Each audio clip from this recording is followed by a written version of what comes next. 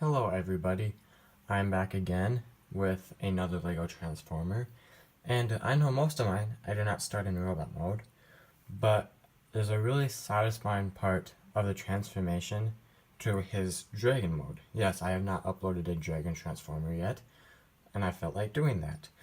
And I feel like this is the worst of the two modes. And yes, the body is very similar to the last one I did, which was a redesign of Mind Benders, but I feel like this has changed so much that it is no longer even close to Mind Bender's design. The only thing that's the same is the head. So right now I have him posed just with his weapon kind of over his shoulder, and his weapon is just kind of a staff-like thing, and you can just take it off. Yeah, that's what you have. I probably won't do instructions for him, because I don't want to do instructions for him. I have another one I want to make very soon, and instruction videos take a while. So yeah, let's do articulation. His head can go back a little bit, but more down. His arms are on a ball joint at the shoulders, and you can bend those back and out of the way if you need to get it up like that. He's got a hinge elbow, so that's quite cool. And then he's got the same articulation at the legs. The legs are very similar, just with this, which will help for the other mode, instead of what it was.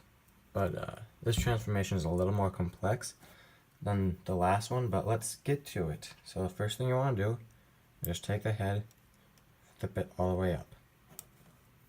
Actually, before we transform it, let's do size comparisons in robot mode. So here he is.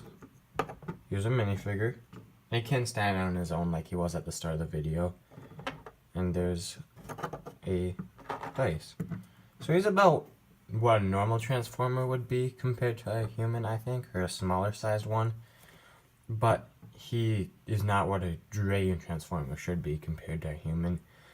He's a little smaller scale than that, but I like how he turned out, so that's what you get. So now let's get to transformation. Fold this up, and then you see this spike right here? You need to rotate that around. And actually how it is right now is how it's going to be in terms of rotation in his dragon mode. But to clear this bar, you need to rotate that spike around. And the reason you have it rotated around the other way is because now the head can only go back that far. So that's why you need to just do that so you can clear the bar. Otherwise you would just leave that how it is.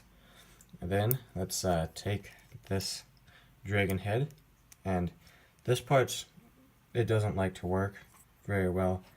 Let's see if you can get a good look at this.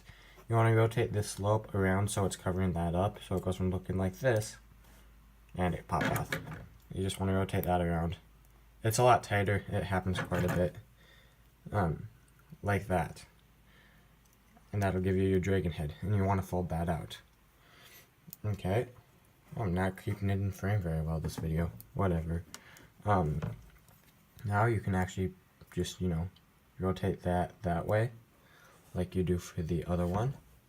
And then you want to bring these legs out. Bring his tail out. And rotate his tail around. And that last rotation is just opinion. You can leave it if you want, but I don't like to. And then you fold these that way and bring them down so that his dragon claws are facing forward. Don't take it off. Don't tear it off. That's not good. Doesn't happen much, but it'll occasionally happen. And there you have him almost done. Now this is the part that I really, really like. So you take his arm, you fold it back, and then you take the wing and you fold it out. And then take his arm, fold it back, take the wing, fold it out. But that actually, you could leave it like that if you want to, but that is not it. Then you take, there's another hinge with some stuff that slid up under there, and you open this red hinge. Let's see if you can see that. You open this red hinge up, and that'll actually form the wing how you want it. You open this red hinge up right there, and it'll slide the stuff out from underneath and form a nice wing there. and then you can get him in his flying mode. So he kind of looks like he's soaring through the air, and I quite like it. It is quite nice. Before there was no red on it except for on the eyes, but I felt like that was a little bland, so I put some red on the wings, and I like how that looks. I try to go very dynamic with the wings, giving it 2 different levels here and stuff, and if you look at the front, it gets skinnier, then it gets wider, and kind of comes in and back, and then comes back in. I try to make the wings just look very unique and dynamic and kind of cool looking. Now you may notice that his tail looks like a shorter version similar to this. And yes, that was very intentional. And you could take his tail off and make it his weapon, but I feel like that's lazy for animal transformers. I always do.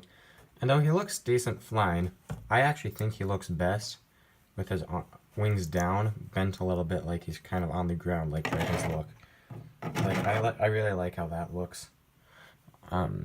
He's got the same articulation in the legs with the bend at the knee, everything in the hip. His head can rotate, go up and down. Well, this head's a lot more articulated than the last one. His body can do this thing.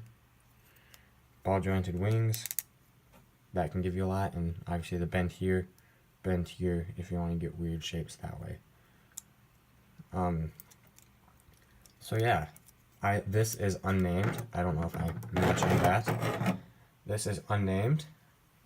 Actually, before I get to that, I keep forgetting to do size comparisons. There he is next to a minifigure. Here's a dice. So yeah, that's what he looks like compared to those two. Okay, so this is unnamed. It is a Decepticon due to the red eyes in both modes. And if you like this video, please like and subscribe. If you really like this video, then, maybe spread the word about my channel. Help me out a little bit. But obviously you don't need to. It would just be greatly appreciated. And please put comments in the names. Please put names in the comments for this guy. And I might rename the video for that comment and that name that you have.